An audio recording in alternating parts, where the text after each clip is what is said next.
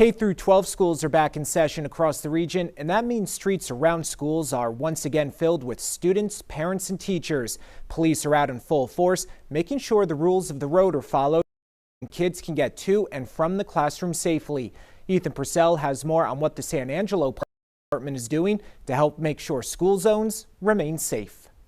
Since school began, it's not unusual to see police officers parked in school zones, looking for cell phones, speeders, and more while the lights are flashing. One of those officers says this time of year is always the busiest for school zones, but his workload can change in a day. Some school zones, on some days it'll be I'll pull somebody over, I'll finish a traffic stop, and I'll go back to the school zone and immediately pull somebody else over. You can get 5 or 6 in an hour, sometimes more. Other days, I don't know, there's really no rhyme or reason to it, then everyone's obeying the limits. You never know. Of the people he stops, Baloo says it's mostly parents in a rush to drop off or pick up one student before doing the same at another school. And although Baloo and the department understand that, he says it makes their job all the more important. They go through the school zone 100 times a year.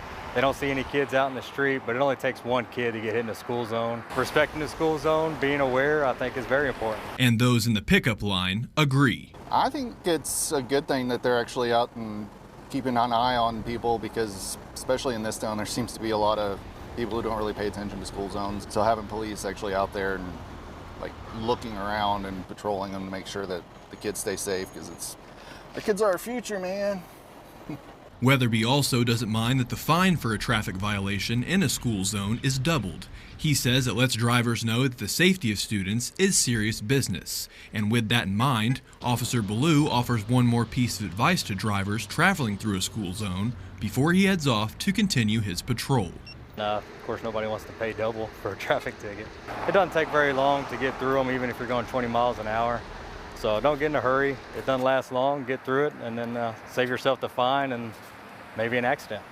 A new school zone also opened up this week in front of Central High School. It begins near the intersection of Caddo and North Park Street, extending to Mesquite Street. San Angelo, Ethan Purcell,